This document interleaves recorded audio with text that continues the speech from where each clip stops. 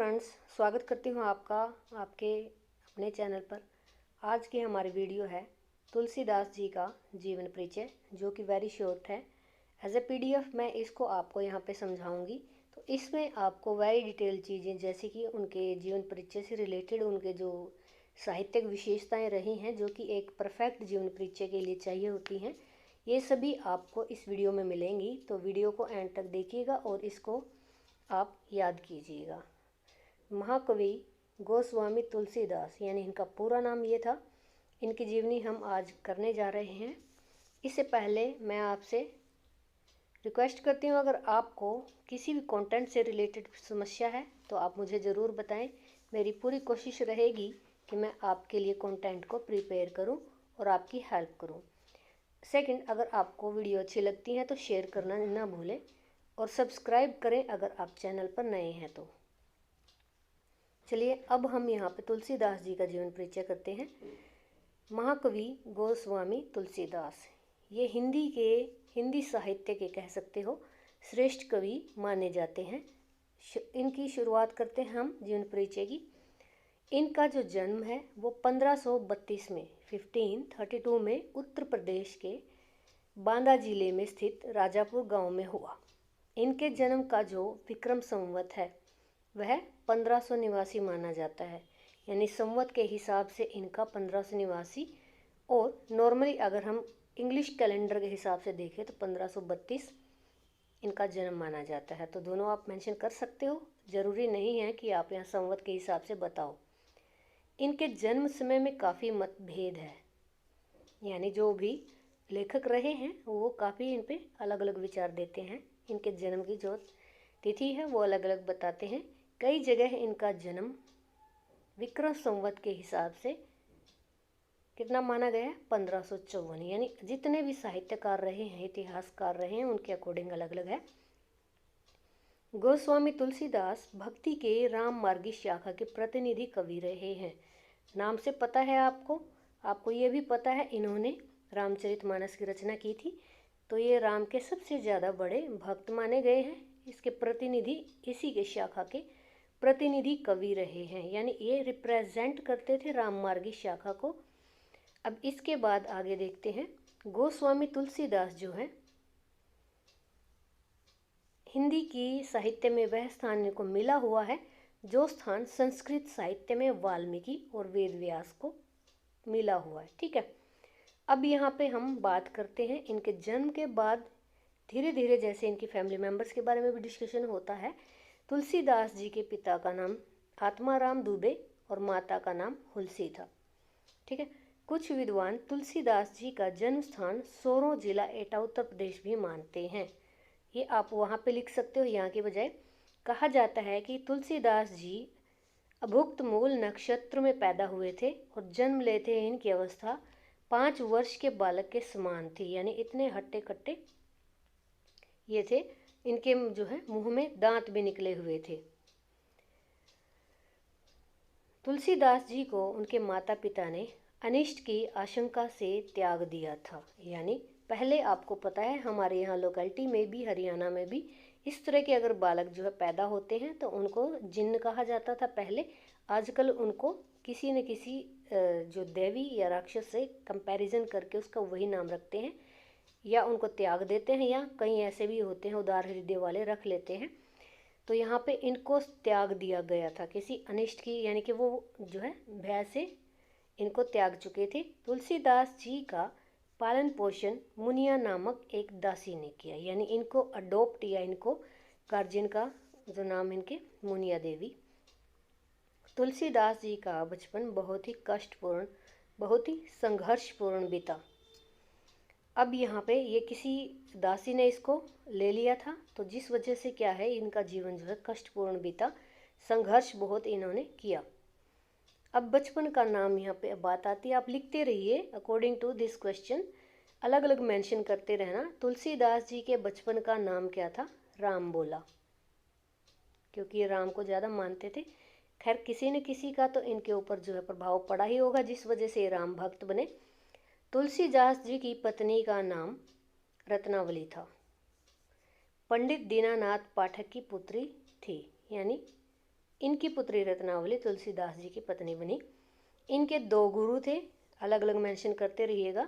एक तो आध्यात्मिक गुरु और दूसरे हैं उनकी शिक्षा गुरु, जिन्होंने उन्हें शिक्षा प्रदान की। यानी अब यहाँ पे आध्यात्मिक गुरु इनके कौन थे? गुरु नरहरि दास, तुलसीदास जी के आध्यात्मिक गुरु थे, जिन्होंने ना इनको भक्ति मार्ग का है राह दिखाया। ये इसके आध्यात्मिक गुरु माने जाते हैं। कौन? बाबा नरहरि दास। इसके बाद अब चलते हैं, इनके जो दूसरे गुरु थे शिक्षा प्रदान करने वाले, वो कौन माने जाते हैं? शेष सनातन जी महाराज। काशी के शेष सनातन जी महाराज तुलसीदास के शिक्षा गुरु माने जाते हैं। तुलसीदास जी की पत्नी रत्नावली एक विदुषी यानी बहुत ही विद्वान थी, ये इंटेलिजेंट थी, लेकिन किसी कारणवश वैवाहिक जीवन अधिक समय तक न चल सका और तुलसीदास जी ने गृह त्याग दिया। तुलसीदास जी के बारे में कहा जाता है, एक बार उनकी पत्नी रत्नावली अपने मायके चली गई तो तुलसीदास जी भी उनके पीछे सांप को रस्सी समझकर सांप के सहारे ही उन तक पहुंच गए। यानी ये एडिक्टेड थे अपनी पत्नी के लिए, तो ये उसके साथ मायके में ही चले गए थे, इनसे बहुत प्रेम करते थे। अब यहाँ पे रत्नावली ने उन्हें जो झिड़की दी, जिस वजह से क्या हुआ कि इनका जो है मोह भंग हुआ। उसने क्या कहा था? तुम मेरे प्रेम में इतने पागल हो चुके हो कि तुम्हें सांप भी नजर नहीं आता, तुम उसको रस्सी समझकर मुझसे मिलने आ गए। इतना ही प्रेम यदि तुम भगवान श्री राम से करो तो तुम्हारा उद्धार हो जाएगा। अब यहाँ पे इन्होंने टोंट इस पर कसा, जिस वजह से क्या हुआ कि ये इनको चुभ गए इनके शब्द। उसी दिन से तुलसीदास जी ने गृह त्याग कर दिया और भगवान राम की भक्ति में लग गए। देखिए, कहते हैं किसी न किसी की सफलता के पीछे नारी का हाथ होता है, तो यहाँ पे तो ये दिख ही रहा है। बेशक इन्होंने टोंट कसा है, लेकिन इनको सतमार्ग पे लेकर आई। घूमते घूमते तुलसीदास जी अयोध्या पहुंच गए। वहीं पर संवत 1631 में इन्होंने रामचरितमानस की रचना प्रारंभ की। बाद में यह काशी आकर रहने लगे। जीवन के अंतिम दिनों में पीड़ा शांति के लिए तुलसीदास जी ने हनुमान जी की स्तुति की, जो हनुमान बाहुक नाम से प्रस्तुत है। यानी इनकी दूसरी जो पुस्तक या रचना है हनुमान बाहुक नाम से प्रसिद्ध है। अब यहाँ आप लिखोगे इनके निधन के बारे में। तुलसीदास जी का निधन जो है राम भक्ति में तीर्थ स्थानों का भ्रमण करते हुए संवत 1680 में अर्थात सन 1623 ईस्वी में काशी के गंगा घाट पर श्रावण शुक्ल सप्तमी को हुआ। तुलसीदास जी की मृत्यु के संबंध में एक दोहा बहुत ज़्यादा प्रसिद्ध है, आप इसमें जीवन परिचय में लिखेंगे तो बहुत ही अच्छा रहेगा। संवत 1680 इनकी जो मृत्यु की तिथि, असी गंग के तीर यानी गंगा के तीर मतलब किनारे, श्रावण शुक्ल सप्तमी यानी श्रावण महीने की शुक्ल जो है जिसमें चांद निकलता है, और सप्तमी को तुलसी तजियो शरीर यानी तज दिया इन्होंने अपना शरीर यानी देह त्याग कर दी, मृत्यु को प्राप्त हुए। कब हुए? 1680। तो इससे पता लगता है इनकी मृत्यु की जो तिथि क्या है। तो एग्जैक्ट आप 1680 ही लिखेंगे। अब यहाँ पे ये मैं बता चुकी हूँ आपको इसका एक्सप्लेनेशन। तुलसीदास की रचनाएं, अब इनके बारे में बात करते हैं। विद्वानों ने गोस्वामी तुलसीदास जी द्वारा रचित छोटे बड़े 12 ग्रंथों को प्रमाणिक माना है। यानी मेन तो इनके 12 ग्रंथ माने जाते हैं, हालांकि लिखे इन्होंने बहुत सारे थे। अब यहाँ पे तुलसीदास जी ने रामचरितमानस की रचना अवधी भाषा में की। खड़ी बोली के बाद जैसे भाषा आई, अवधी भाषा आई। रामचरितमानस एक महाकाव्य है। इसके जो मुख्य छंद हैं वो चौपाई में है। चौपाई आपको पता है, मैं छंद और अलंकारों वाली वीडियो में बता चुकी। चौपाई का मतलब क्या होता है? 4 सेंटेंसेस होती हैं, 1 2 3 4 चौपाई इसको बोला जाता है। कहीं कहीं इसमें दोहा छंद का भी प्रयोग किया गया है। दोहा छंद मतलब जिसमें क्या 13 से लेकर 22 तक इसमें अक्षर यानी वर्ण माने जाते हैं। रामचरितमानस की रचना 2 वर्ष 7 माह की अवधि में की।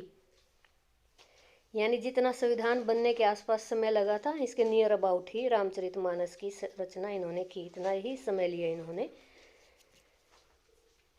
अब इनकी नेक्स्ट जो है विनय पत्रिका, इनके द्वारा लिखी गई। विनय पत्रिका एक गीति काव्य है। गीति काव्य वो होता है जिसमें ज़्यादा से ज़्यादा गीतों का प्रयोग किया जाता है, यानी जिसको गाकर आप सुना सकते हो या जिसमें गीतों की जो है प्रयोग हुआ है। विनय पत्रिका के माध्यम से तुलसीदास जी ने राम दरबार में अपनी अर्जी प्रस्तुत की।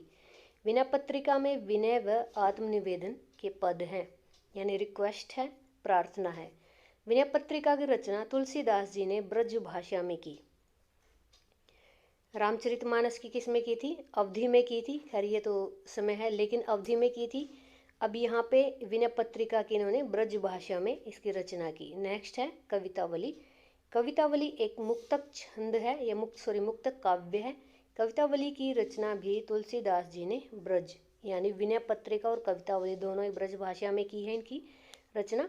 मुक्तक छंद मैं आपको बता दूं, साथ साथ एक नंबर के क्वेश्चन में अगर आता है, मुक्तक छंद वो होता है जिसमें ग्रामर की या व्याकरण के किसी भी अव्यय को दृष्टि में न रखकर खुले रूप से या स्वतंत्र रूप से काव्य रचना होती है, जिसमें किसी भी जैसे छंदबंद का जैसे 4 लाइन है 5 लाइन है कुछ नहीं देखा जाता, अलंकारों का प्रयोग है, ग्रामर के हिसाब से कुछ इसमें यूज हुआ है नहीं हुआ, ये चीज़ें नहीं नोटिस की जाती, सिर्फ खुले हृदय से लिखा जाता है।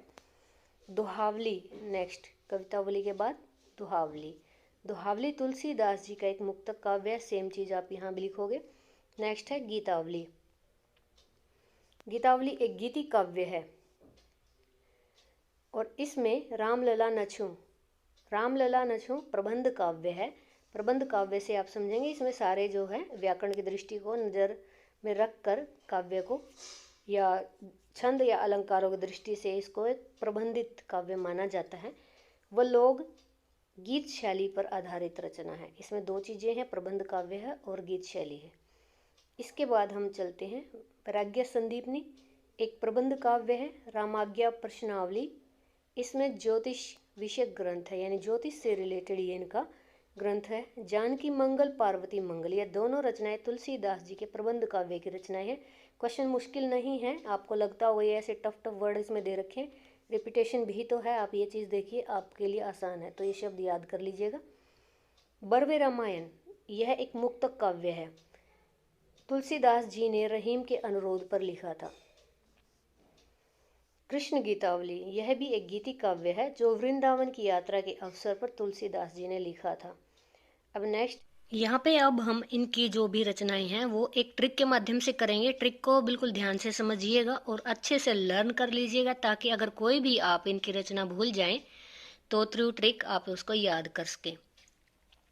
तो यहाँ पे ट्रिक का नाम है यहाँ पे दो राम व कृष्ण पावी जा। कवि यानी कवि ने क्या कहा है कि तुम्हें दोनों मिले, दो मीन्स यहाँ पे दोनों, राम व कृष्ण पावी यानी मिले हैं जा, ठीक है।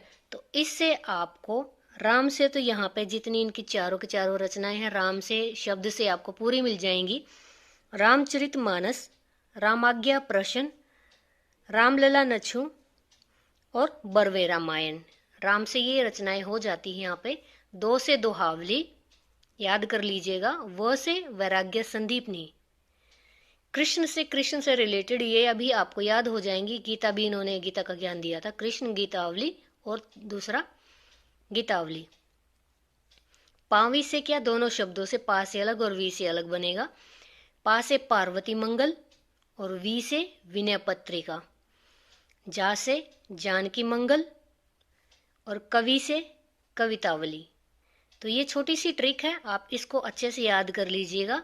कवि क्या कहता है, दोनों यानी दो राम व कृष्ण, राम और कृष्ण दोनों, पावी जा यानी तुम्हें मिले राम और कृष्ण दोनों, ठीक है। इसको आप याद कर लीजिएगा, बिल्कुल मुश्किल नहीं है।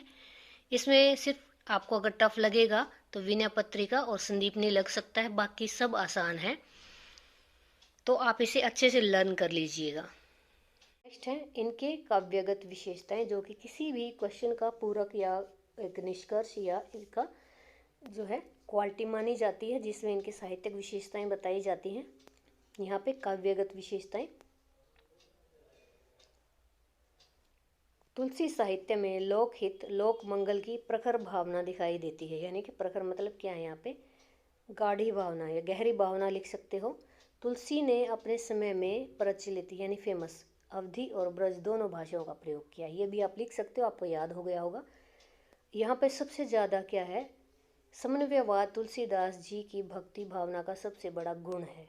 यानी ये कृष्ण को भी उतना ही मानते थे, राम को भी उतना ही मानते थे। उनका सारा काव्य समन्वय की विराट चेष्टा है। उसमें केवल लोक और शास्त्र का ही समन्वय नहीं है, बल्कि गृहस्थ वैराग्य का, भक्ति का, ज्ञान का, भाषा संस्कृत, निर्गुण सगुण, पुराण और काव्य का समन्वय भी दिखाई देता है।